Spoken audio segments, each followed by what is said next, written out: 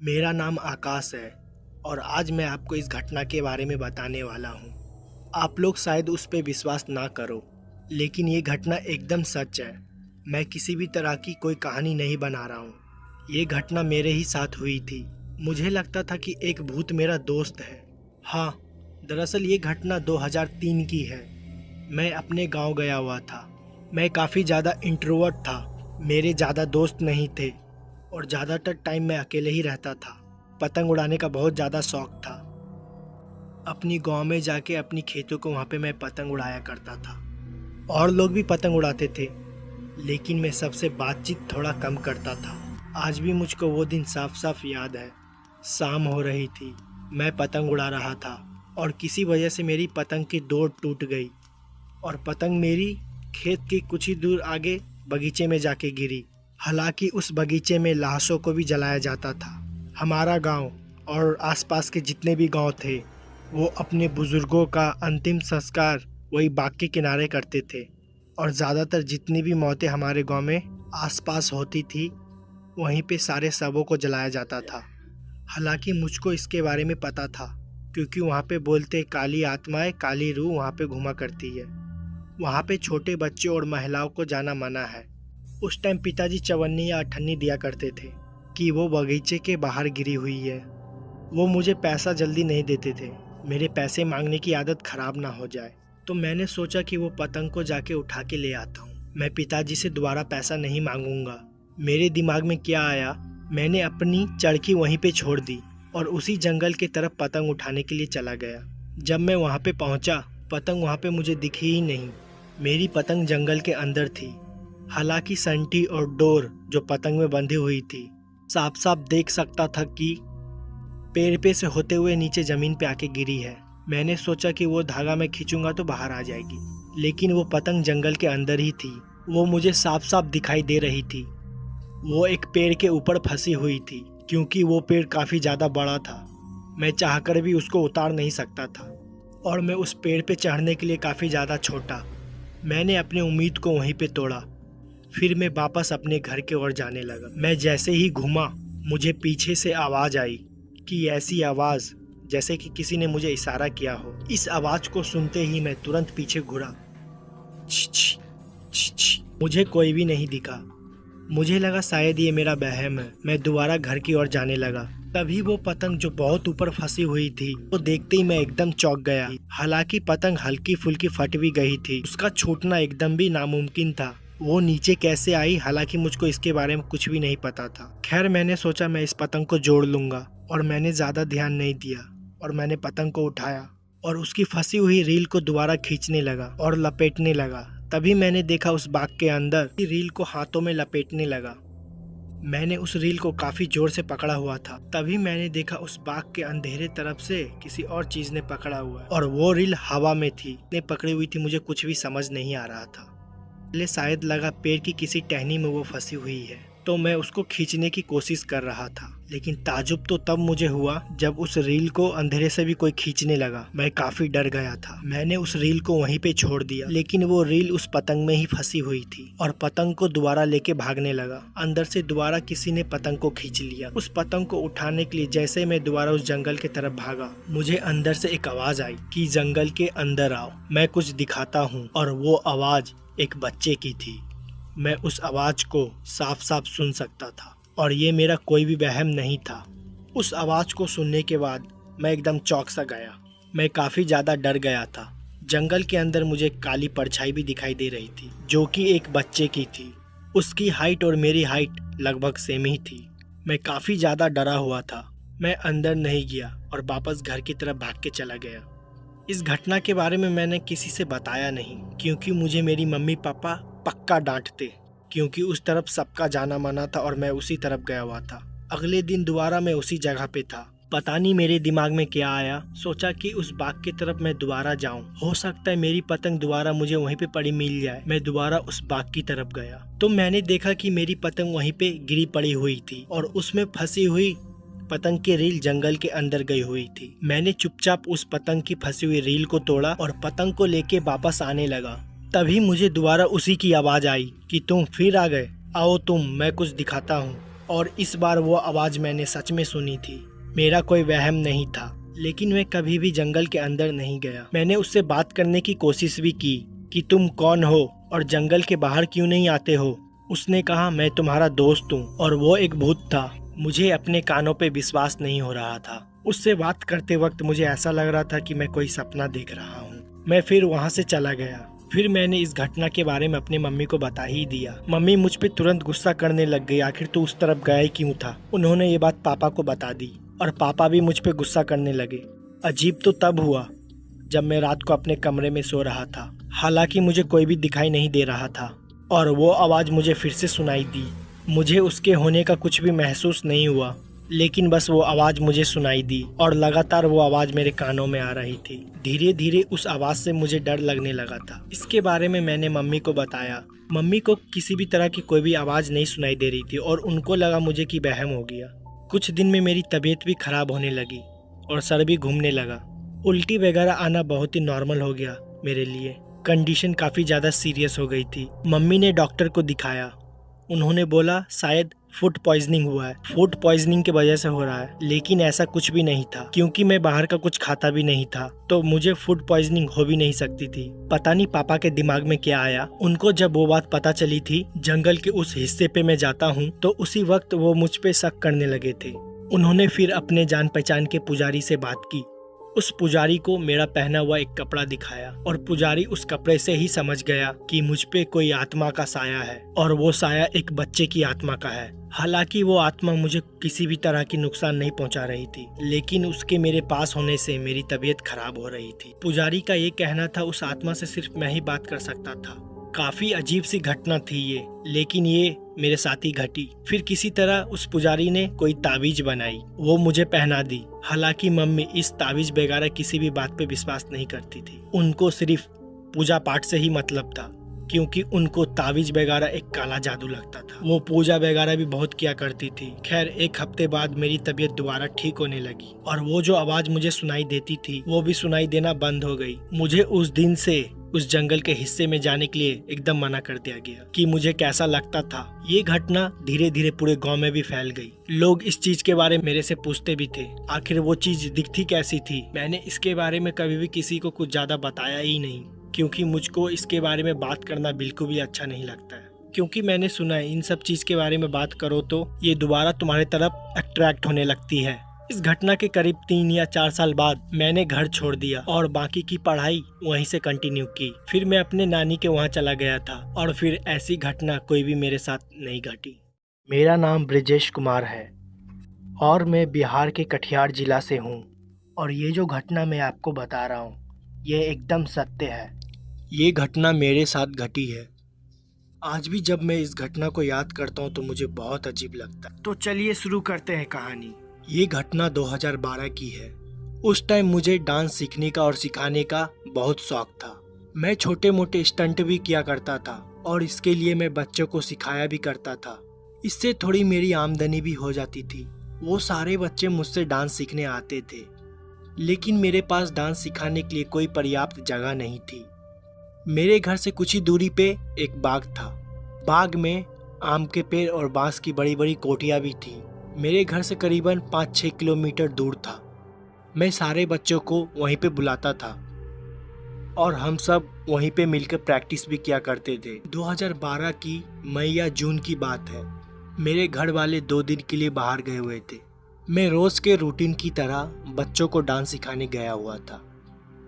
उसी बाग के कुछ ही दूरी पर मेरा एक दोस्त रहता है। उसका नाम ट्विंकल है। उसने मुझसे बोला कि आज रात तुम मेरे यहाँ पे खाना खाने आ जाओ। मैंने पहले उसे मना किया, लेकिन उसने मुझे बार बार बुलाया और हल्की फुल्की बारिश भी होने लगी थी। फिर मैं वहाँ से तुरंत ट्विंकल के घर चला गया। वहाँ पे फिर हम लोगों ने खाना बनाया और खाया। कुछ देर बाद हम लोग ने ड्रिंक भी कर ली थी, जो कि बहुत गलत चीज़ है। ड्रिंक करने के बाद नॉर्मली इंसान के सेंसेस और तेज काम करने लगते हैं और मैं काफ़ी ज़्यादा हाइपर भी हो गया था। मुझे पता नहीं मैंने अपने दोस्त को ये बात क्यों बोली। मैंने नशे में उससे बोला कि तू हमेशा भूतों की बात करता है, कहाँ है भूत। वो मुझसे इस चीज़ के बारे में बार बार मना कर रहा था, लेकिन मैं नशे में ज़बरदस्ती उसको उसके घर के बाहर लेके गया पहले तो वो जाने के लिए तैयार नहीं था, लेकिन बाद में वो भी चलने के लिए तैयार हो गया। लेकिन फिर उसको हल्का सा डर लगा। उसने कहा हम लोग अपने और एक दोस्त को बुला लेते हैं। ट्विंकल ने अपने और एक दोस्त को बुला लिया। फिर हम 3 लोग थे। उसके घर के कुछ ही पीछे एक बड़ा सा तालाब था। उस तालाब के साइड से होते हुए पीछे की तरफ बहुत बड़े बड़े बाग और जंगल थे। मैंने उससे कहा हम लोग इस जंगल के अंदर चलते हैं। पता नहीं हम तीनों को क्या सूझी, हम तीनों उस जंगल के अंदर चले गए और वहाँ पर कुछ देर तक जोर जोर से हंसते भी रहे। उसके बाद मैं जोर जोर से चिल्ला के भूत प्रेत को गालियाँ भी देने लगा। मैंने उनसे कहा अगर तुम में हिम्मत है तो मेरे सामने आओ। फिर ये सब दोहराने के बाद मैं उनको बार बार गंदी गाली दे रहा था। ये करीबन 15 से 20 मिनट तक चला। जब कुछ भी नहीं हुआ तब हम तीनों हंस हंस के वापस चले गए। हालांकि वहाँ पे सिर्फ गालियाँ मैं ही दे रहा था, बाकी के दोनों लोग शांत थे, वो सिर्फ हंस रहे थे। रात काफ़ी ज़्यादा हो गई थी। मेरे दोस्त ने कहा अब हमें घर वापस चलना चाहिए। फिर उसने किसी तरह मुझे रास्ते के बीच में छोड़ दिया। मैं नशे में था। धीरे धीरे डगमगाते हुए मैं अपने घर पहुंचा। घर का मैंने ताला खोला और अंदर चला गया। अंदर जाके बेड पे लेट के मैंने टीवी ऑन किया। फिर मैंने एक हॉरर सीरीज चलाया। मैं बेड पर लेट के उसी सीरीज को देख रहा था। फिर मैंने कुछ देर तक तो उसको देखता रहा और मैं अपना हाथ बेड के ऊपर रखा था और चुपचाप उसी शो को लेटे हुए देख रहा था। नशा भी मुझे काफ़ी ज़्यादा था। तभी अचानक से मेरा हाथ किसी ने बहुत ज़ोर से दबा दिया, लेकिन वो चीज़ मुझे दिख नहीं रही थी, लेकिन मुझे साफ साफ पता चल रहा था मेरा हाथ दबा हुआ है। जिस किसी ने मेरे हाथ दबाए थे उसका निशान मुझे साफ साफ दिखाई दे रहा था। मेरी पूरी बॉडी पैरालाइज हो गई थी और मैं उठ भी नहीं पा रहा था और मेरे मुंह से कोई शब्द भी नहीं निकल रहा था। मैं अपने सामने साफ साफ टीवी को चलते हुए देख रहा था और मैं कुछ भी नहीं कर पा रहा था। मैं अपने मन में हनुमान चालीसा पढ़ रहा था, लेकिन बार बार भूल जा रहा था। चाह के भी मेरे जबान से एक शब्द भी बाहर नहीं निकल रहे थे। और कुछ देर बाद मैं अचानक से ठीक हो गया। मेरा पूरा चेहरा पसीना से भीगा हुआ था और मैं अपने बिस्तर से उठ के टीवी को बंद किया और कुछ देर तक बस बैठा ही रहा। उस पूरी रात मुझे नींद नहीं आई। अगले दिन मेरे साथ और भी भयानक घटना घटी। मेरे घर के जस्ट बगल में एक छोटा सा घर और है। वहाँ पे हम अपनी गाड़ियों को खड़ा किया करते थे। मैं वहीं पे उस दिन रात को सो रहा था। मैं जहाँ पे सो रहा था मेरे सर के पास और मेरे पैर के पास दोनों जगह खिड़की थी। मैं पूरब पश्चिम की तरफ मुंह करके सो रहा था। रात के करीबन 1 बजे मेरे सर के पास वाली खिड़की पे मुझे चूड़ियों की आवाज़ आई। वो कोई औरत थी। उसने अपने हाथों पे चूड़ी पहने हुए लगातार खिड़कियों पे मार रही थी। ऐसा लग रहा था कि खिड़कियों को वो अपनी चूड़ी से तोड़ने की कोशिश कर रही है। मैं उठा, तभी वो आवाज़ गूंज के दोबारा मेरे पैरों के पास आने लगी। पैरों के पास वाली खिड़की से सेम आवाज़ आने लगी जैसा मेरे सर के बगल वाली खिड़कियों से आ रही थी। फिर ये चीज़ एक एक करके होने लगी, कभी सर के पास कभी पैर के पास। ये चीज़ बार बार घूम के दोनों खिड़कियों के पास आ रही थी। मैं उन सब चीज़ को देख रहा था, लेकिन मैं फिर भी दोबारा उठ नहीं पा रहा था। मेरे हाथ पैर बुरी तरीके से जम चुके थे। फिर से मैंने हनुमान चालीसा का पाठ करने लगा और ऊपर वाले का नाम लेने लगा, लेकिन मेरे मुंह से कोई भी आवाज़ नहीं निकल रही थी। ऐसा लग रहा था मुझे स्लीप पैरालाइसिस हो गया है। पूरे हाथ पैर एकदम जम चुके थे। चेहरा और पूरा शरीर पसीने से गीला हो चुका था। मेरे गले से आवाज़ भी निकलने लगी। जैसे ही मुझे लगा मैं अपने कंट्रोल में आ गया हूँ, दोबारा हनुमान चालीसा का पाठ करना चालू कर दिया। उसके बाद मैं थोड़ा सा और होश में आया। मुझे तुरंत गुस्सा आ गई। मेरे बेड के बगल में एक बड़ी सी लाठी रखी हुई थी। मैंने गुस्से में तुरंत उस लाठी को उठाया और दरवाज़ा खोल के बाहर की ओर जाने लगा कि ये जो कोई भी होगा आज मैं उसे मार डालूंगा। हालांकि ये सोच मेरी बहुत ही बचकानी थी। मैं क्या ही कर सकता था। मैंने जैसे ही अपने घर का दरवाज़ा खोला तो मैंने देखा कि मेरे घर से 100 मीटर दूर एक अमदूर का पेड़ है। वहाँ पे एक औरत खड़ी थी, मेरे घर के तरफ से धीरे धीरे दूर जा रही थी। उसने अपने हाथों में लाल रंग की चूड़ियाँ पहनी थी और उसने लाल रंग के कपड़े भी पहने हुए थे। उसके पूरे बाल जमीन तक थे और जमीन को छू रहे थे। मैं उसे देख रहा था। देखने के बाद कुछ देर तक मेरे गले से आवाज़ तक नहीं निकली। कुछ देर बाद मैं थोड़ा नॉर्मल हो गया। मैं एकदम शांत था। मैं बिना एक शब्द भी कुछ बोले चुपचाप अपने घर वापस आ गया और बेड पे लेट के ऊपर वाले का नाम लेने लगा। मैं पूरी रात नहीं सोया। मन में अजीब अजीब ख्याल भी आ रहे थे। तब मुझे एहसास हुआ कि भूतों और प्रेतों को गाली नहीं देना चाहिए। अगले दिन जब मैं सुबह नॉर्मल हुआ और इन अजीब सी काली शक्तियों को कोई भी तरह का चैलेंज नहीं करना चाहिए, जो कि हमारे लिए भी बहुत ही ज़्यादा खराब होता है। मेरा नाम ब्रिजेश कुमार है और मैं बिहार के कटिहार जिला से हूँ। और ये जो घटना मैं आपको बता रहा हूँ ये एकदम सत्य है। ये घटना मेरे साथ घटी है। आज भी जब मैं इस घटना को याद करता हूँ तो मुझे बहुत अजीब लगता है। तो चलिए शुरू करते हैं कहानी। ये घटना 2012 की है। उस टाइम मुझे डांस सीखने का और सिखाने का बहुत शौक था।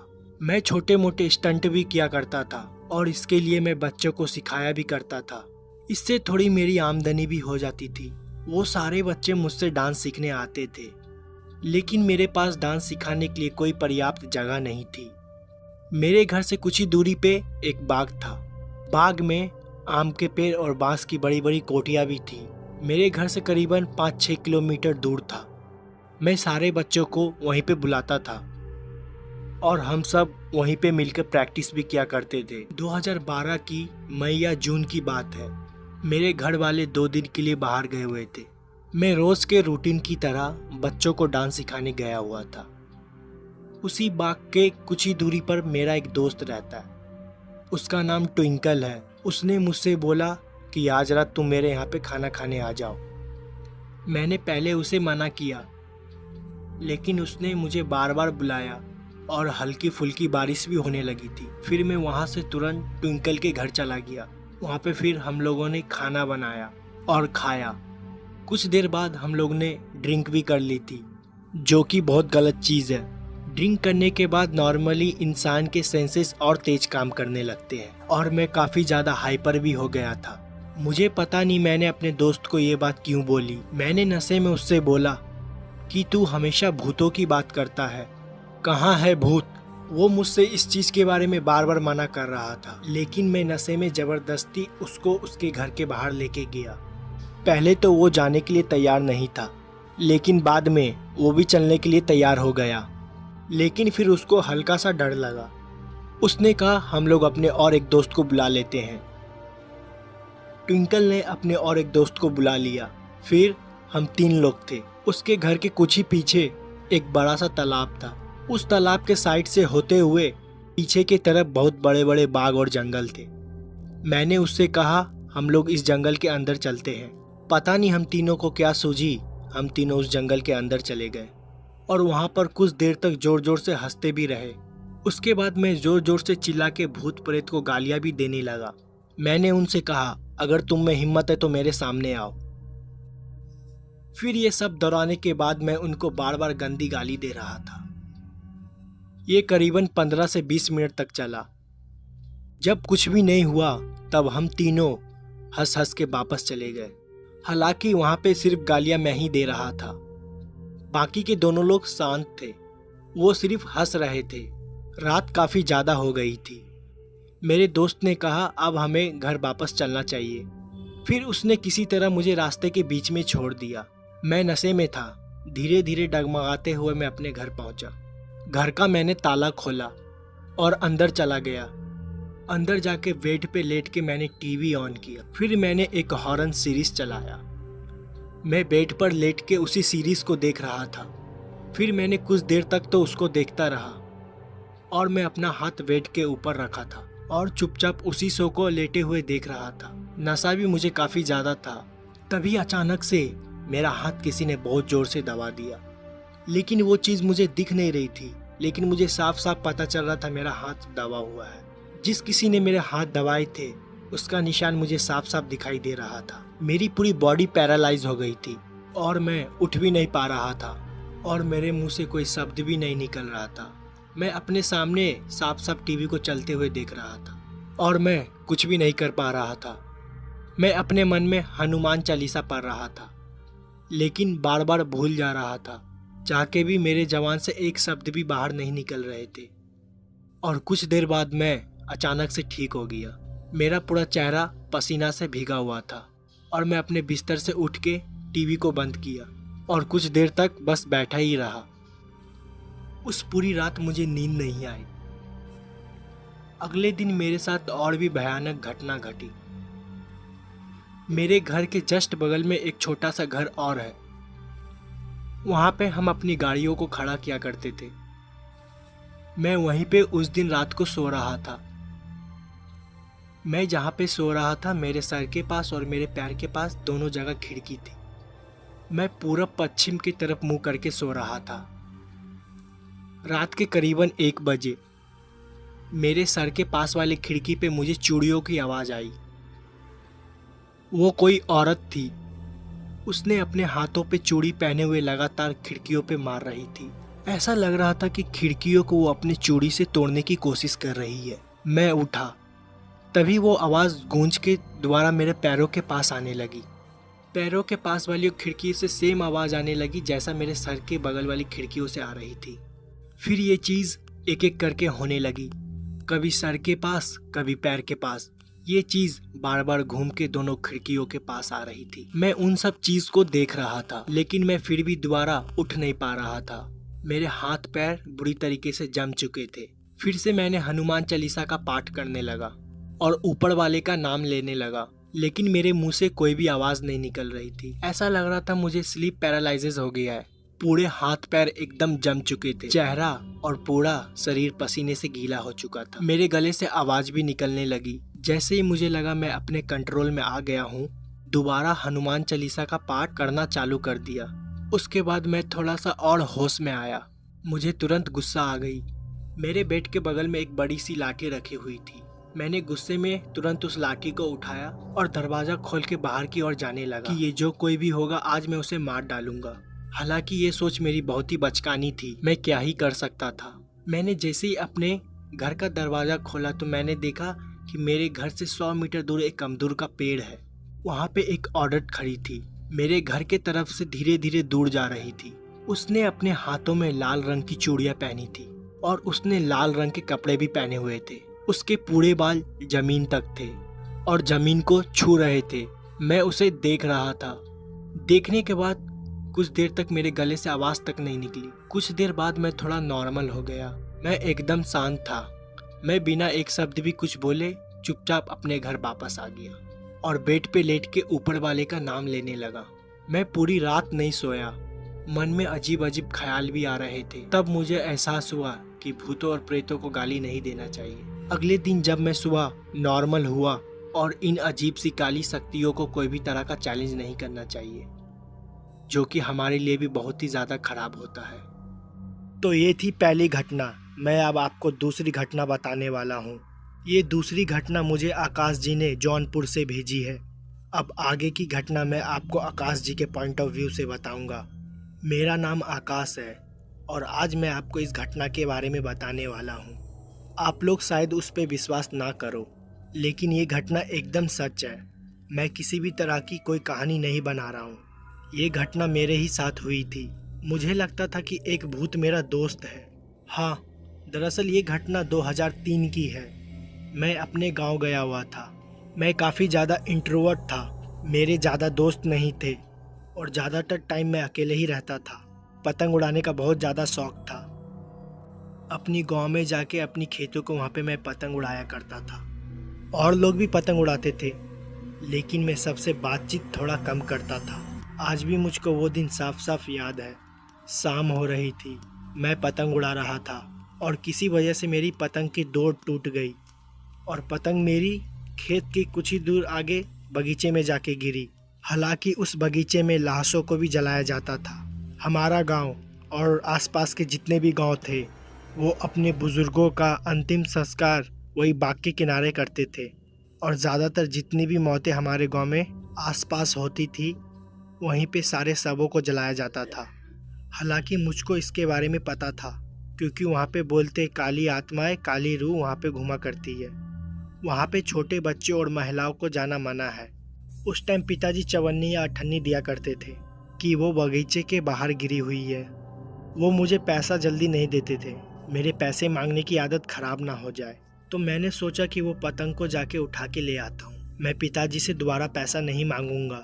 मेरे दिमाग में क्या आया, मैंने अपनी चरखी वहीं पे छोड़ दी और उसी जंगल की तरफ पतंग उठाने के लिए चला गया। जब मैं वहाँ पे पहुँचा, पतंग वहाँ पे मुझे दिखी ही नहीं। मेरी पतंग जंगल के अंदर थी। हालांकि संटी और डोर जो पतंग में बंधी हुई थी, साफ साफ देख सकता था कि पेड़ पे से होते हुए नीचे ज़मीन पे आके गिरी है। मैंने सोचा कि वो धागा मैं खींचूंगा तो बाहर आ जाएगी, लेकिन वो पतंग जंगल के अंदर ही थी। वो मुझे साफ साफ दिखाई दे रही थी। वो एक पेड़ के ऊपर फंसी हुई थी, क्योंकि वो पेड़ काफ़ी ज़्यादा बड़ा था। मैं चाहकर भी उसको उतार नहीं सकता था और मैं उस पेड़ पे चढ़ने के लिए काफ़ी ज़्यादा छोटा। मैंने अपनी उम्मीद को वहीं पे तोड़ा। फिर मैं वापस अपने घर की ओर जाने लगा। मैं जैसे ही घूमा, मुझे पीछे से आवाज़ आई कि ऐसी आवाज़ जैसे कि किसी ने मुझे इशारा किया हो। इस आवाज़ को सुनते ही मैं तुरंत पीछे घुरा। मुझे कोई भी नहीं दिखा। मुझे लगा शायद ये मेरा वहम है। मैं दोबारा घर की ओर जाने लगा। तभी वो पतंग जो बहुत ऊपर फंसी हुई थी, वो देखते ही मैं एकदम चौंक गया। हालांकि पतंग हल्की फुल्की फट भी गई थी, उसका छूटना एकदम भी नामुमकिन था। वो नीचे कैसे आई, हालांकि मुझको इसके बारे में कुछ भी नहीं पता था। खैर, मैंने सोचा मैं इस पतंग को जोड़ लूंगा और मैंने ज़्यादा ध्यान नहीं दिया और मैंने पतंग को उठाया और उसकी फंसी हुई रील को दोबारा खींचने लगा और लपेटने लगा। तभी मैंने देखा उस बाग के अंदर रील को हाथों में लपेटने लगा। मैंने उस रील को काफी जोर से पकड़ा हुआ था। तभी मैंने देखा उस बाग के अंधेरे तरफ से किसी और चीज ने पकड़ा हुआ है और वो रील हवा में थी। ने पकड़ी हुई थी, मुझे कुछ भी समझ नहीं आ रहा था। पहले शायद लगा पेड़ की किसी टहनी में वो फंसी हुई है, तो मैं उसको खींचने की कोशिश कर रहा था। लेकिन ताजुब तो तब मुझे हुआ जब उस रील को अंधेरे से भी कोई खींचने लगा। मैं काफी डर गया था। मैंने उस रील को वहीं पे छोड़ दिया, लेकिन वो रील उस पतंग में ही फंसी हुई थी और पतंग को दोबारा लेके भागने लगा। अंदर से दोबारा किसी ने पतंग को खींच लिया। उस पतंग को उठाने के लिए जैसे मैं दोबारा उस जंगल की तरफ भागा, मुझे अंदर से एक आवाज आई कि जंगल के अंदर आओ, मैं कुछ दिखाता हूँ। और वो आवाज एक बच्चे की थी। मैं उस आवाज को साफ साफ सुन सकता था और ये मेरा कोई भी वहम नहीं था। उस आवाज को सुनने के बाद मैं एकदम चौंक सा गया। मैं काफी ज्यादा डर गया था। जंगल के अंदर मुझे काली परछाई भी दिखाई दे रही थी, जो कि एक बच्चे की थी। उसकी हाइट और मेरी हाइट लगभग सेम ही थी। मैं काफी ज्यादा डरा हुआ था। मैं अंदर नहीं गया और वापस घर की तरफ भाग के चला गया। इस घटना के बारे में मैंने किसी से बताया नहीं, क्योंकि मुझे मेरी मम्मी पापा पक्का डांटते, क्योंकि उस तरफ सबका जाना माना था और मैं उसी तरफ गया हुआ था। अगले दिन दोबारा मैं उसी जगह पे था। पता नहीं मेरे दिमाग में क्या आया, सोचा कि उस बाग की तरफ मैं दोबारा जाऊं। हो सकता है मेरी पतंग दोबारा मुझे वहीं पे पड़ी मिल जाए। मैं दोबारा उस बाग की तरफ गया तो मैंने देखा कि मेरी पतंग वहीं पे गिरी पड़ी हुई थी और उसमें फंसी हुई पतंग की रील जंगल के अंदर गई हुई थी। मैंने चुपचाप उस पतंग की फंसी हुई रील को तोड़ा और पतंग को लेके वापस आने लगा। तभी मुझे दोबारा उसी की आवाज आई कि तुम फिर आ गए, आओ तुम, मैं कुछ दिखाता हूँ। और इस बार वो आवाज मैंने सच में सुनी थी। मेरा कोई वहम नहीं था। लेकिन मैं कभी भी जंगल के अंदर नहीं गया। मैंने उससे बात करने की कोशिश भी की कि तुम कौन हो और जंगल के बाहर क्यों नहीं आते हो। उसने कहा मैं तुम्हारा दोस्त हूँ और वो एक भूत था। मुझे अपने कानों पे विश्वास नहीं हो रहा था। उससे बात करते वक्त मुझे ऐसा लग रहा था कि मैं कोई सपना देख रहा हूँ। मैं फिर वहाँ से चला गया। फिर मैंने इस घटना के बारे में अपनी मम्मी को बता ही दिया। मम्मी मुझ पे तुरंत गुस्सा करने लग गई, आखिर तू उस तरफ गया ही क्यों था। उन्होंने ये बात पापा को बता दी और पापा भी मुझ पे गुस्सा करने लगे।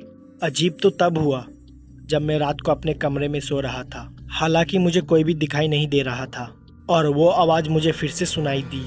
मुझे उसके होने का कुछ भी महसूस नहीं हुआ, लेकिन बस वो आवाज़ मुझे सुनाई दी और लगातार वो आवाज़ मेरे कानों में आ रही थी। धीरे धीरे उस आवाज़ से मुझे डर लगने लगा था। इसके बारे में मैंने मम्मी को बताया। मम्मी को किसी भी तरह की कोई भी आवाज़ नहीं सुनाई दे रही थी और उनको लगा मुझे कि वहम हो गया। कुछ दिन में मेरी तबीयत भी खराब होने लगी और सर भी घूमने लगा। उल्टी वगैरह आना बहुत ही नॉर्मल हो गया मेरे लिए। कंडीशन काफ़ी ज़्यादा सीरियस हो गई थी। मम्मी ने डॉक्टर को दिखाया। उन्होंने बोला शायद फूड पॉइजनिंग हुआ है, फूड पॉइजनिंग की वजह से हो रहा है। लेकिन ऐसा कुछ भी नहीं था, क्योंकि मैं बाहर का कुछ खाता भी नहीं था, तो मुझे फूड पॉइजनिंग हो भी नहीं सकती थी। पता नहीं पापा के दिमाग में क्या आया। उनको जब वो बात पता चली थी जंगल के उस हिस्से पे मैं जाता हूँ, तो उसी वक्त वो मुझ पे शक करने लगे थे। उन्होंने फिर अपने जान पहचान के पुजारी से बात की उस पुजारी को मेरा पहना हुआ एक कपड़ा दिखाया और पुजारी उस कपड़े से ही समझ गया कि मुझ पे कोई आत्मा का साया है और वो साया एक बच्चे की आत्मा का है। हालांकि वो आत्मा मुझे किसी भी तरह की नुकसान नहीं पहुंचा रही थी, लेकिन उसके मेरे पास होने से मेरी तबीयत खराब हो रही थी। पुजारी का ये कहना था उस आत्मा से सिर्फ मैं ही बात कर सकता था। काफी अजीब सी घटना थी ये, लेकिन ये मेरे साथ ही घटी। फिर किसी तरह उस पुजारी ने कोई ताबीज बनाई, वो मुझे पहना दी। हालांकि मम्मी इस ताबीज वगैरह किसी भी बात पे विश्वास नहीं करती थी। उनको सिर्फ पूजा पाठ से ही मतलब था, क्योंकि उनको ताबीज वगैरह एक काला जादू लगता था। वो पूजा वगैरह भी बहुत किया करती थी। खैर, एक हफ्ते बाद मेरी तबीयत दोबारा ठीक होने लगी और वो जो आवाज मुझे सुनाई देती थी वो भी सुनाई देना बंद हो गई। मुझे उस दिन से उस जंगल के हिस्से में जाने के लिए एकदम मना कर दिया गया कि मुझे कैसा लगता था। ये घटना धीरे धीरे पूरे गांव में भी फैल गई। लोग इस चीज के बारे में मेरे से पूछते भी थे, आखिर वो चीज दिखती कैसी थी। मैंने इसके बारे में कभी भी किसी को कुछ ज्यादा बताया ही नहीं, क्योंकि मुझको इसके बारे में बात करना बिल्कुल भी अच्छा नहीं लगता है। क्योंकि मैंने सुना है इन सब चीज के बारे में बात करो तो ये दोबारा तुम्हारे तरफ अट्रैक्ट होने लगती है। इस घटना के करीब 3 या 4 साल बाद मैंने घर छोड़ दिया और बाकी की पढ़ाई वहीं से कंटिन्यू की। फिर मैं अपने नानी के वहाँ चला गया था और फिर ऐसी घटना कोई भी मेरे साथ नहीं घटी। ये तीसरी घटना मुझको आदिल जी ने कानपुर से भेजी है। अब आगे की घटना मैं आपको आदिल जी के पॉइंट ऑफ व्यू से बताऊंगा। मेरा नाम आदिल है। ये घटना 2012 की है। काफी अजीब घटना थी ये। 2012 में मेरे पास कोई भी मोटरसाइकिल नहीं थी। मेरी अब्बू की तबीयत बहुत ज्यादा खराब थी और नानी की भी तबीयत खराब थी। अम्मी को नानी के पास जाना था। अब्बू साइकिल चला नहीं सकते थे, इसलिए उन्होंने अपनी जगह मुझे भेजा था। मैं जैसे तैसे मम्मी को नानी के वहाँ पे छोड़ के वापस आ रहा था। इतनी भी शाम नहीं हुई थी कि मुझको रास्ता ना दिखाई दे या मुझे टॉर्च की जरूरत पड़े। मैं अपने घर वापस लौट रहा था। जिस रोड से मैं अपने घर को वापस जा रहा था, उसी के बगल से कच्ची रोड भी गई हुई थी। हमारा खेत बाकी लोग से एकदम अलग था। वहाँ पे हमारे खेत थे और अलग पीछे था। मेन रोड से मुझे मेरे खेत में जाने के लिए 500 मीटर एक्स्ट्रा चलना पड़ता है। पता नहीं मेरे दिमाग में क्या आया, मैं अपने खेत को देखने के लिए चला गया। मैंने सोचा कि मैं एक राउंड मार दूं। आमतौर पर रात को वहाँ पे जानवर आके फसलों को खराब कर दिया करते थे, इसलिए मैंने सोचा कि सारे फसलों को एक बार मैं दोबारा जाके देख लूं। अंधेरा ज्यादा नहीं हुआ था, लेकिन मैं जब रोड से लेके खेत तक गया, सूरज हल्का फुल्का डूब चुका था। मैं अपनी खेत को साफ साफ देख सकता था और वहाँ पे सारी फसलें ठीक ठाक बोई हुई थी। मेरे खेत के एकदम पीछे साइड में तभी मैंने ध्यान दिया, काली परछाई है, वो झुकी हुई थी और झुक झुक के धीरे धीरे आगे बढ़ रही थी। उस परछाई को देख के मुझे साफ साफ पता चल रहा था कि वो कोई जानवर की परछाई है। यहाँ पर मैं खड़ा हुआ था, वहीं पे मैंने अपने साइकिल खड़ी की और जोर जोर से चिल्लाने लगा, लेकिन वो वहीं पे टहल रहा था। मुझे लगा ये फसलों को खराब कर देगा। आमतौर पर जानवर आवाज़ सुनकर भाग जाते हैं और मैंने अपने साइकिल को वहीं पे खड़ी की और परछाई के पास जाने लगा। मैंने सोचा अगर वो जानवर बड़ा होगा तो मैं उसे मार के भगा दूंगा, क्योंकि वो फसलों को खराब कर रहा था। उस टाइम मैंने अपने हाथ में एक भारी सी ईंट पकड़ रखी थी। मैं अकेला था पर कोई भी नहीं था। मैं खेत के एकदम पीछे साइड में गया तो परछाई वहीं पे खड़ी हो गई। जब मैं उस परछाई के पास वहाँ पहुँचा और मैं साफ साफ उसे देख सकता था। जब वो परछाई रुकी, उसकी और मेरी करीबन दूरी 10 मीटर की थी। कुछ अजीब सी ही परछाई थी, वो कोई जानवर नहीं था। फिर मेरे आंखों के सामने परछाई 2 गुना बड़ी हो गई। पहले तो वो झुक के चल रही थी, मैं उसके आर पार भी देख सकता था। वो एक काली बड़ी परछाई थी। वो परछाई धीरे धीरे मेरे तरफ आने लगी। मैं कुछ कर भी नहीं पा रहा था। मैंने सोचा मेरे हाथों में जो ईंट में पकड़ा हुआ हूँ उसके तरफ फेंक दूं, लेकिन मेरे हाथ पैर भी काम नहीं कर रहे थे। ऐसा लग रहा था कि मेरे हाथ पैर बुरी तरह से जम गए हैं। वो परछाई धीरे धीरे मेरे पास आ रही थी। मुझे समझ नहीं आ रहा था ये मुझे क्या हुआ। मेरे गले से आवाज़ तक नहीं निकल रही थी। वहाँ से भागना चाह रहा था, लेकिन मैं भाग भी नहीं पा रहा था। फिर कुछ देर बाद मेरे पैरों में जैसे कि जान आ गई हो। मैं दोबारा अपनी साइकिल की तरफ भागा। साफ साफ उस चीज़ को महसूस कर सकता था कि परछाई भी मेरे पीछे ही भाग रही है। जैसे तैसे अपनी साइकिल के पास पहुंचा। मैंने अपने साइकिल को पकड़ने की कोशिश की।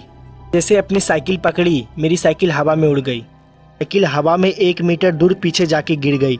लग रहा था मेरी साइकिल को किसी ने उठा के जोर से फेंक दिया हो, लेकिन वहाँ पर मुझे कोई भी नज़र नहीं आ रहा था। इतना ज़्यादा डर गया था कि मैंने अपनी साइकिल को वहीं पे छोड़ दिया, रोड की तरफ चिल्लाते हुए भागने लगा। ऐसा महसूस भी हो रहा था कि मेरे पीछे कोई भाग रहा है। किसी ने मेरे कंधे को छूने की कोशिश की है। मैं मेन रोड के पहुंचा तो पे जाके नीचे बैठ गया। तभी लोग वहां से आ जा रहे थे। जान पहचान के एक दोस्त थे, उन्होंने मुझे देख लिया। उन्होंने उसी वक्त अपनी साइकिल रोकी और मेरी हालत के बारे में पूछा।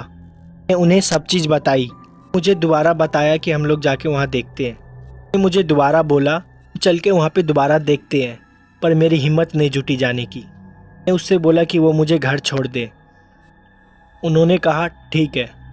अब्बू की भी तबीयत ख़राब थी और दवाई भी देनी थी। जब मैं अब्बू के पास पहुंचा तो वो सो रहे थे। उन्होंने देखा कि मैं पैदल आया हूं। उन्होंने मुझसे साइकिल के बारे में पूछा। मैंने उनसे कहा कि साइकिल मेरे एक दोस्त के पास है, कुछ देर में वो मुझे साइकिल लाकर दे जाएगा। वो जिन्होंने मुझे मेरे घर तक पहुंचाया था, वो बाद में मेरे दोस्त के साथ मेरे खेत पे परछाई को देखने के लिए गए। उन्होंने बताया कि वहाँ पे कोई भी परछाई नहीं दिखी और मेरी साइकिल वहाँ रोड पे ही पड़ी हुई मिली। मैंने उन्हें बताया कि ये जो घटना मेरे साथ घटी ये एकदम सत्य थी। हालांकि वो मेरे बात पे विश्वास कर रहे थे। मैं मन ही मन सोच रहा था कि वो सोच रहे होंगे कि मैं झूठ बोल रहा हूँ या मुझे किसी तरह का कोई वहम हुआ है। वो मेरी साइकिल वापस लाके मुझे दे गए और इस घटना को अगले दिन मैंने अपने अम्मी को भी बोला। फिर अम्मी ने मुझे वहाँ पे रात को जाने से मना किया और उस दिन के बाद से और मैं वहाँ पे रात को कभी भी नहीं जाता हूँ। तो ये थी तीसरी घटना। अब मैं आपको चौथी घटना सुनाने जा रहा हूँ। दोस्तों, रात के यही कुछ 9:15 बजे का समय था जब मैं दिल्ली की मेन बाज़ार से खरीदारी करके पुराने बस स्टॉप के उधर जाने के लिए एक रिक्शा रोका, पर उस रिक्शे वाले ने पुराने बस स्टॉप के पास जाने से मना कर दिया और कहा, अरे भाई साहब, यहाँ पे एक नया बस स्टैंड है, आप वहाँ पे चले जाइए, क्योंकि रात में वो पुराना बस स्टॉप बंद हो जाता है। दोस्तों, वो क्या था कि न्यू बस स्टैंड से मेरे लिए कोई डायरेक्ट बस नहीं थी और दिन में मैं अपने यहाँ से सीधे बस स्टैंड पे उतरा था, इसलिए मुझे वहीं पे जाना था। क्योंकि मेरी बस वहाँ से सीधी जो थी, लिहाजन उस रिक्शे वाले से मैंने कहा, रात में वो बस स्टैंड बंद क्यों हो जाता है? वहाँ कोई भूत वूत घूमता है क्या? पहले तो वो रिक्शे वाला मेरा बात सुन के थोड़ा सा मुस्कुराया और फिर बोला, अगर भाई साहब वहाँ पे भूत घूमते ना तब तो ठीक था, लेकिन वहाँ कुछ ऐसा है, एक बार कोई इंसान देख लेता है और उसका मुंह दोबारा नहीं खुलता और सदमे में जाके अपनी जान गंवा देता है या फिर उसका कलेजा फट जाता है। मुझे उस रिक्शे वाले की बेतुकी बातों पर एकदम भी विश्वास नहीं हुआ, इसलिए मैंने उसकी बातों को नज़रअंदाज किया। अपना सामान लेकर बस स्टॉप की तरफ निकल गया। मैंने और भी कई बार उस बस स्टैंड से बस पकड़ी थी, बस स्टैंड की तरफ निकल पड़ा। मैंने और भी कई बार उस बस स्टैंड से बस पकड़ी थी, बस उस सफ़र में इतना ही फ़र्क था, इस बार मैं रात में जा रहा था और लिहाजन में मैं उस रिक्शे वाले की बातों को नकारते हुए और अपना सामान लेकर उस बस स्टैंड की तरफ निकला। यहाँ से करीब 1 किलोमीटर दूर था। आसमान पूरी काले अंधेरे घनों में निपट गया था। बाजार की हल्की फुल्की रोशनी उस बस स्टैंड के पास नहीं पहुँचती थी। जैसे ही मैं पहुँचा, वो जगह मुझे एकांत में नज़र आई। उस जगह पे चारों तरफ सिर्फ और सिर्फ अंधेरा पसरा हुआ था, पर मुझे इस चीज़ से कोई मतलब नहीं था, इसलिए मैं वहाँ पर जाकर एक बेंच पे थोड़ी देर बैठ गया। अब मुझे इसी चीज़ का इंतज़ार था कि बस कब यहाँ पे पहुँचे, मैं कब यहाँ से निकलूँ। मैं वहाँ पे बैठा ही था कि मेरी नज़र अचानक एक चमकीली चीज़ पे पड़ी। जो बस स्टैंड से महज थोड़ा सा आगे एक चमकीली चीज़ नज़र आ रही थी। उसको देखकर मैं अचानक से हैरान हो गया। फिर मैं उठा, उस चीज़ की तरफ बढ़ने लगा। ऐसा लग रहा था जैसे कि वहाँ पे कोई कांच का टुकड़ा चमक रहा हो, लेकिन हैरानी तो इस बात की थी, जहाँ पर वो चीज़ चमक रही थी वहाँ पे लाइट की रोशनी भी नहीं थी। मैं जैसे ही वहाँ पे पहुँचा, वहाँ का दृश्य देखकर मैं तो हैरान ही हो गया। वो एक छोटी सी अंगूठी थी, लेकिन उसके अंदर इतनी ज़्यादा चमक थी कि वो अंगूठी किसी अजूबे से कम नहीं थी। मैंने अंगूठी उठाई कि इतने में ही मुझे हेडलाइट की रोशनी नज़र आई। जब मैं बस स्टैंड की उधर देखा, मैंने पाया कि मुझे एक बस अपनी तरफ आते हुए दिखाई दे रही थी। मैंने उस अंगूठी को अपने जेब में डाली और भागते हुए बस के पास पहुंच गया। मुझे इसी चीज़ का डर था कि कहीं बस निकल ना जाए।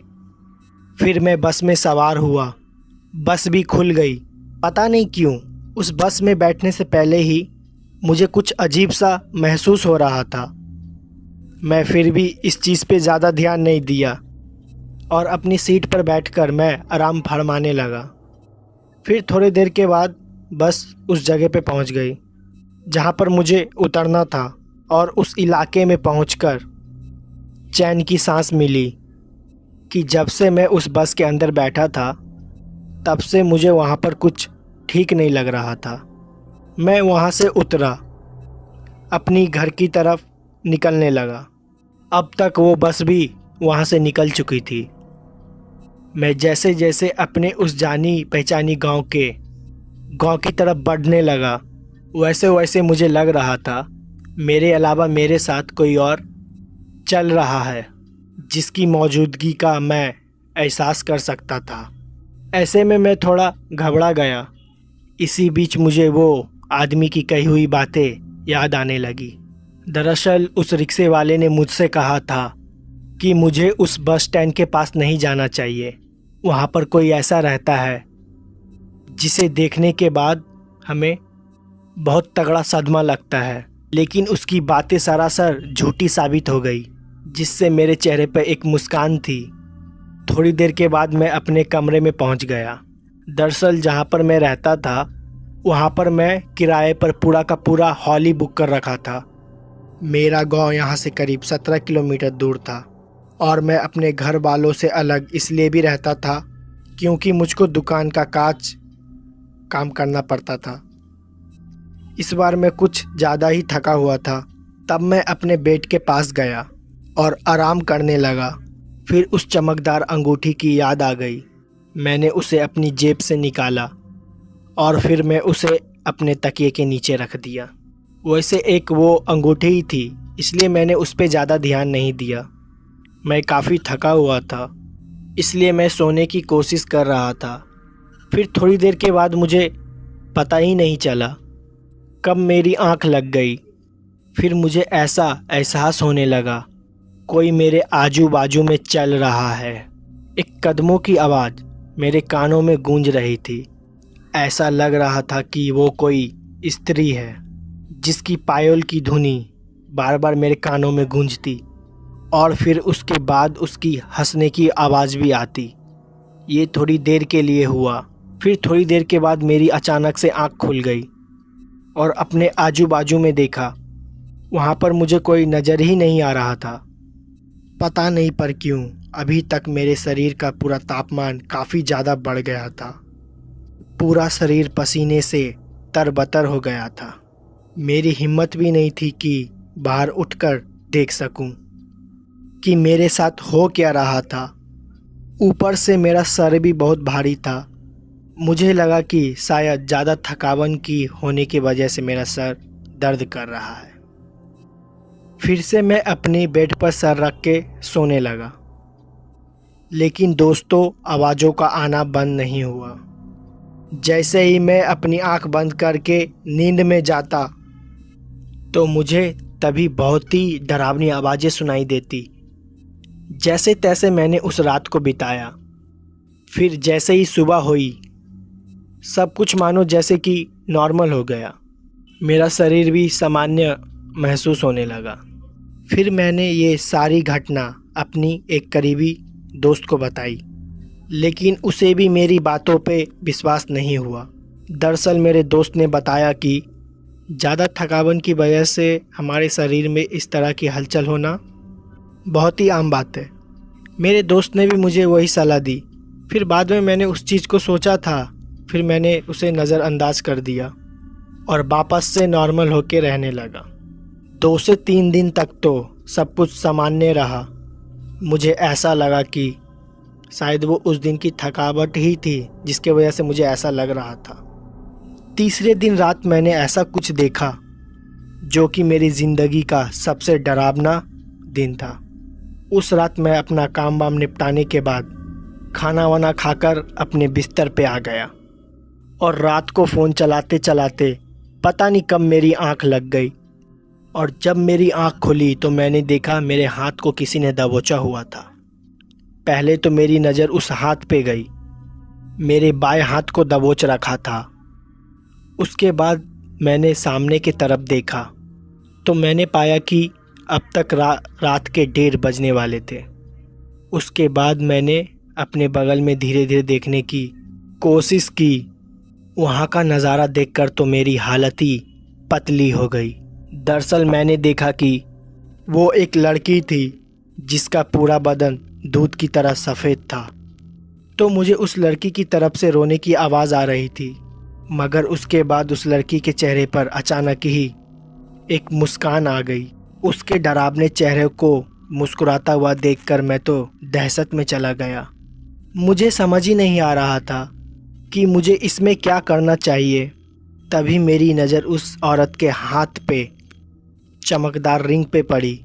उसको देखकर मैं सारा माजरा अच्छी तरह से समझ गया कि आखिर मेरे साथ क्या हुआ था कि और आगे मुझे क्या करना था कि मैं उठने की हिम्मत तो करता पर उठ नहीं पाता और उस जगह से खड़ा नहीं हो पाता। मैं इतना तो समझ चुका था कि चमकदार और यूनिक दिखने वाली उस अंगूठी की वजह से हो रही है। उसके बाद मैंने थोड़ी सी हिम्मत दिखाई और भगवान का नाम लेकर ज़ोर से उठने लगा। तभी मुझे एहसास हुआ कि मेरा पूरा शरीर एकदम नॉर्मल हो गया है। फिर अचानक ही मेरी आँख खुली। मुझे मालूम ही नहीं कि वो मेरा बुरा सपना था या हकीकत, या फिर मेरे साथ सच में कुछ ऐसा कुछ हुआ था। लेकिन उस रात मैं समझ गया था कि किस लिए मेरे साथ इस तरह की अजीब चीज़ हो रही थी। फिर उसके बाद मैं उठा, इधर उधर देखने लगा। मेरी हिम्मत नहीं थी कि अब उस बेड के ऊपर मैं लेटा रहूं, और घूमते फिरते हुए किसी तरह मैंने उस रात को बिताई। और जैसे ही सुबह हुई और हमारे ही गांव के पुजारी के पास सीधा चला गया। गांव के पुजारी के पास पहुंचने के बाद पता चली, ये सुनकर तो मेरी होश ही उड़ गए। दरअसल गांव के पुजारी ने मुझे बताया कि किसी काली शक्ति का साया है, और वो कोई मामूली शक्ति का साया नहीं है, भयानक ताकत है जो दिन पर दिन मेरा खून चूसती जा रही है। और अगर ऐसा ही चलता रहा महज 10 से 15 दिन में मेरा शरीर पूरा सूख जाएगा। अगर मुझे उस काली शक्ति से बचना है, अंगूठी के साथ किसी तंत्र मंत्र चीज़ को उसी जगह गाड़ना होगा जहाँ से मैंने उस अंगूठी को उठाया था, और उस टाइम रात के 12 बजने चाहिए। दोस्तों, पंडित जी का बात सुन के मेरा दिमाग ही हिल गया, क्योंकि मेरे अंदर इतनी हिम्मत नहीं थी कि वापस से उस बस स्टैंड के पास जाऊं, और वो भी रात के समय। पर अब मेरे पास दूसरा कोई रास्ता भी तो नहीं था, और पंडित जी मेरे साथ आने से मना कर रहे थे। लेकिन फिर पंडित जी ने मेरे साथ आने को हाँ कर दिया, जिससे मुझे थोड़ी हिम्मत मिल गई। मैं जानता था जब तक पंडित जी मेरे साथ होंगे तब तक मेरा कोई कुछ भी नहीं बिगाड़ सकता।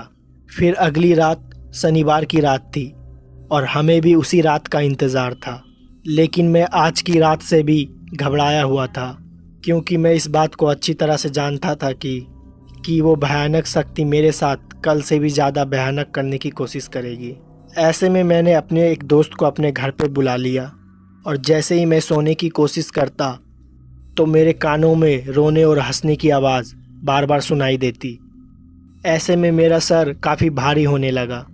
तमाम कोशिश के बावजूद भी मैं सो ही नहीं पाया।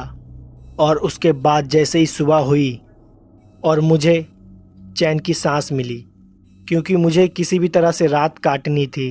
और जैसे ही मैं उस अंगूठी को बिस्तर के उधर उधर ढूंढने की कोशिश किया, तभी मैंने पाया कि वो मेरे सिराने पड़ी हुई थी।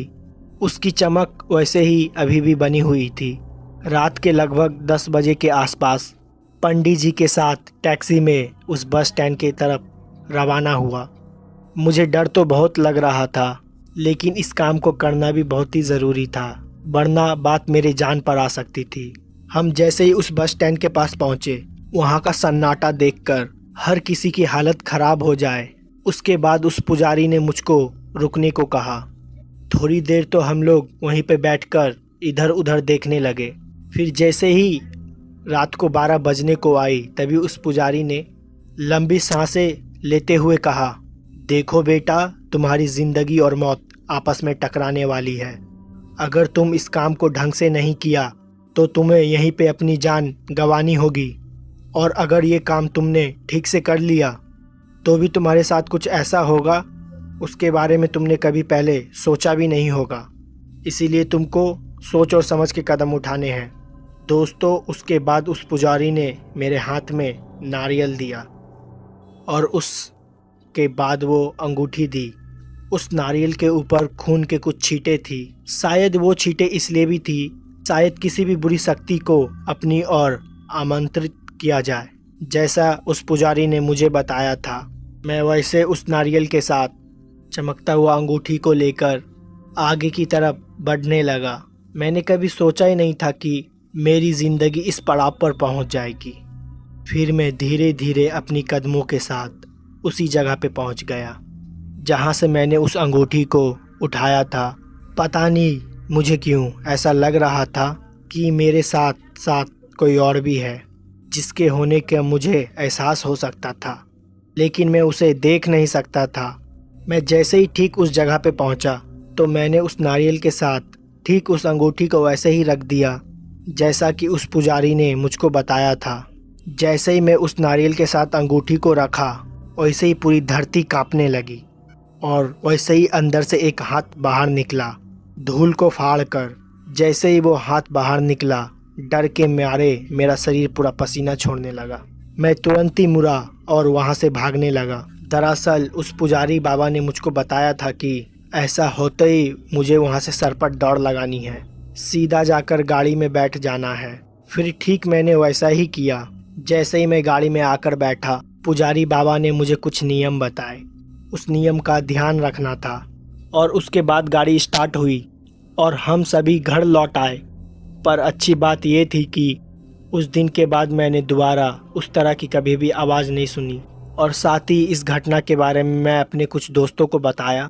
तब जाकर मुझको पता चला कि उस बस स्टैंड पर लगभग 7 साल पहले एक महिला की मौत हो गई थी। बदमाश लोग ने उनके गहने वगैरह चुराकर और साथ गलत काम कर लिया और उस दिन के बाद से उस महिला की उस बस स्टैंड पे अपनी कब्जा जमा लिया।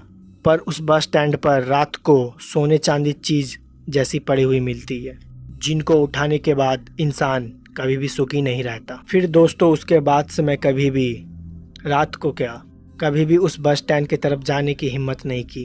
तो दोस्तों, इस कहानी में बस इतना ही। अगर कहानी आपको पसंद आई हो तो वीडियो को लाइक शेयर कमेंट ज़रूर कर दें। मैं आपका दोस्त जल्दी ही मिलूँगा ऐसी फिर कोई घटना के साथ।